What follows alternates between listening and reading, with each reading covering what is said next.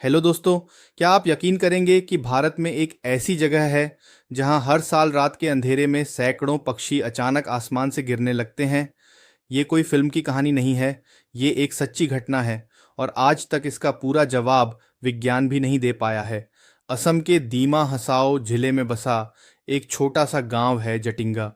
हर साल सितंबर से नवंबर के बीच जब रात गहरी होती है, आसमान में घना कोहरा छाया होता है और हल्की बारिश के साथ तेज हवाएं चल रही होती हैं, तभी अचानक एक अजीब घटना शुरू होती है। दूर आसमान से पक्षियों के झुंड गांव की तरफ आने लगते हैं, लेकिन वो सामान्य तरीके से नहीं उड़ते।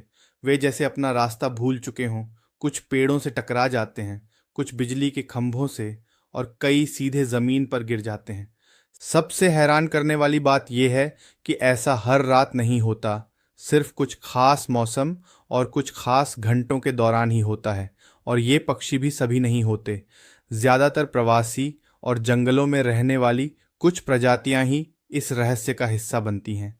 सैकड़ों साल पहले जब लोगों के पास इसका कोई जवाब नहीं था, तब गांव वाले मानते थे कि यहाँ कोई अदृश्य शक्ति रहती है। कुछ कहते थे कि ये बुरी आत्माओं का असर है, कुछ इसे देवी का संकेत मानते थे। लेकिन समय बदला और वैज्ञानिक इस रहस्य की जांच करने जटिंगा पहुंचे। कई वर्षों तक रिसर्च करने के बाद उन्होंने पाया कि घना कोहरा, तेज हवा और गांव की तेज रोशनियां मिलकर पक्षियों का दिशा ज्ञान बिगाड़ सकती है। भ्रमित पक्षी रोशनी की तरफ उड़ने लगते हैं और रास्ते में टकराकर नीचे गिर जाते हैं। लेकिन यहीं से एक नया सवाल पैदा होता है। अगर वजह सिर्फ कोहरा और रोशनी है, तो फिर दुनिया के दूसरे पहाड़ी इलाकों में ऐसा क्यों नहीं होता, जहां मौसम भी ऐसा ही है, कोहरा भी पड़ता है और रोशनी भी होती है? फिर सिर्फ जटिंगा ही क्यों? कुछ शोधकर्ताओं का मानना है कि इस गांव की पहाड़ियों की बनावट, हवा का बहाव और घाटियों की दिशा मिलकर ऐसी दुर्लभ परिस्थितियां बनाती हैं जो कहीं और नहीं मिलती। लेकिन आज तक इसका कोई अंतिम वैज्ञानिक प्रमाण नहीं मिला है।